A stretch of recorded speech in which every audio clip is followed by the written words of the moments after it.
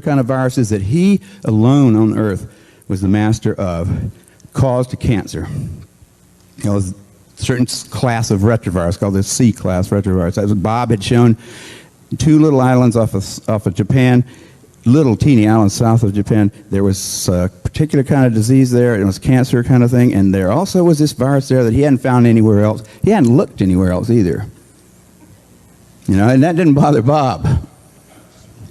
He announced that he had found the cause of one kind of cancer, which was supposed to help him get another $500,000 grant from the federal government the next year, because he had published something finally of all these people that were at the National Cancer Institute trying to show that viruses could cause cancer. He was the only one that had shown it. And the reason he was the only one is because he didn't believe in the scientific method. He didn't even think about the fact that you can't pin causality just on the fact that the two were there together. I didn't cause you. We're here together. What about all these other people, I could say? Maybe he caused me.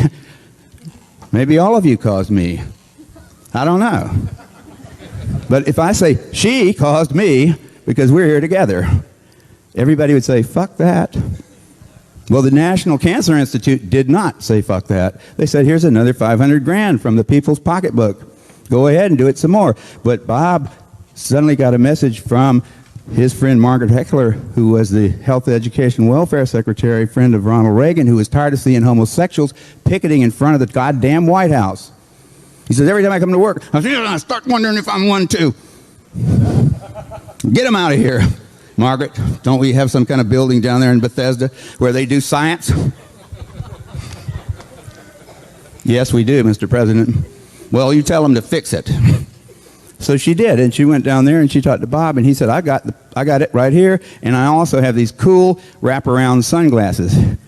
Let's have a press conference.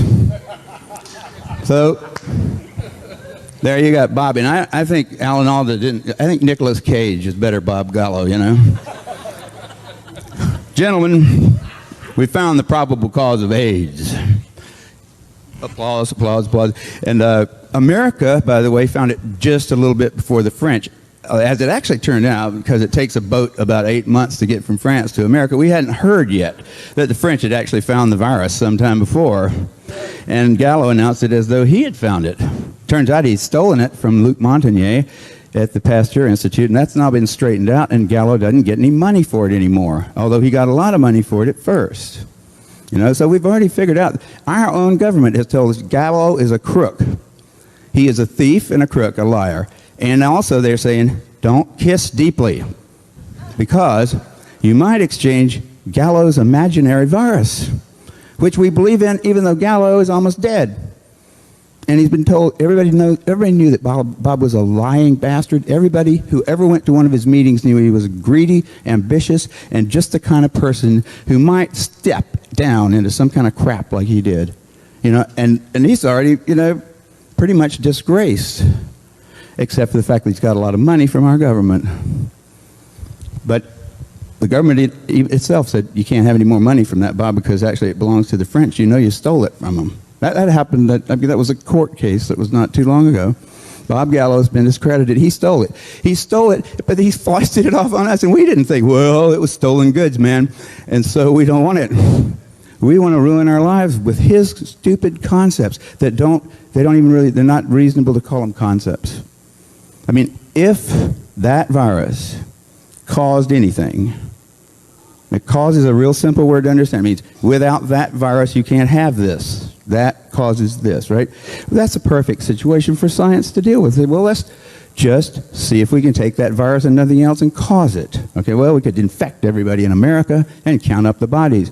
But that would be a very, you know, not an economical experiment. So, but we can look back at what happens when people get it. You know, and looking back, it finds out it doesn't have any big effects. There's no way that you can write up a report that says this study right here showed conclusively or even probably that HIV was the cause of this thing, which is so complicated it's hard to call it by anything more than a three-letter word, AIDS. Is that 4? I guess it's 4. It's like it's the dumbest goddamn thing. I can't believe that you people are so stupid, you know? When I came down here, I said, I'm not going to Earth again. Those people hadn't got any brains, you know. But I was sleepy because I'd been taking drugs. No, I mean, how can this planet have that kind of mentality? Because we are the same people, I think, you know, that like, well, what did we do cool? Let's see. We have good movies. We do make good movies sometimes. And we have a medical system that's a huge dragon. You know, I, being a part of it, don't ever go to it. I don't care whether I have medical insurance or not because I don't ever partake. I like drugs, but I don't like doctors. I don't like the whole system. I think there's something very scary about people wearing white things like that, you know. It sort of reminds me of church. And I think scientists and church is something you ought to think about because they've gotten to be sort of the same. I mean, the Catholics pulled out sort of, and the scientists have moved in. And the AIDS thing, and this is what I think, we're here in the nice summer air. Let's don't talk about disease. I mean, there's not something called AIDS. There's a lot of people with a lot of different diseases that have all been hoaxed into thinking that they've got this one terrible fatal thing, and Christine sure has it, you know. And she's going to pass it on to the rest of us. And we all do have that one. But we don't have this other stuff, whatever. Some of us have bad cough. Some of us have got funguses growing all over us. I had some funguses growing on me. If I'd have been HIV positive, but I had to turn myself in. So I've got AIDS because I got things between my toes. Then I got some Sporanox and it cleared it up. And so I don't have AIDS. I may have HIV. I never checked. I wouldn't either. You know, I wouldn't either. I wouldn't really try to figure out if I'd ever been a member of the Communist Party either in the 50s. I'd have said, I don't think I was. And I'm certainly not going to want you checking it right now because I'm applying for a job. It's the same kind of thing. It's a terribly purgative kind of a thing. And it is, and like people talked about how the test doesn't work and all that stuff. But you know, all the details about whether things work and whether it all fits together, whether hemophiliacs really have AIDS or whether they just have an immune suppression thing, whether Africa is still afloat when it should be all dead people stacking up the last of them there should be stacking up the corpses of the rest of them. Haiti should have been totally wiped out. All of us, there should be 20 million of us with AIDS by now. See, all the predictions turned out not to be true, didn't they? They still have the old beast. They also still have in California, I think, an association, a bunch of goddamn bureaucrats worried about the drought, worrying about whether my shower is going to run or not, how fast, and all, whether I can get 2.5 gallons. We got those guys at the same time as we get federal money for floods. And last time I checked the reservoirs down in San Diego, they were pretty full. But I still can't take a shower legally. You have to drill the little thing out. They put something in there, right? That's the government puts it in there to protect us from being thirsty in the year 2070. But it's part of government. They've also told you. See, they don't really have a reason for being, do they? What do? Make up one. Think of something to scare people, same as scientists. They don't have a reason for being. You don't need them. I mean, you need some technician-type people. You need some engineers to make better stuff to work with, to play with.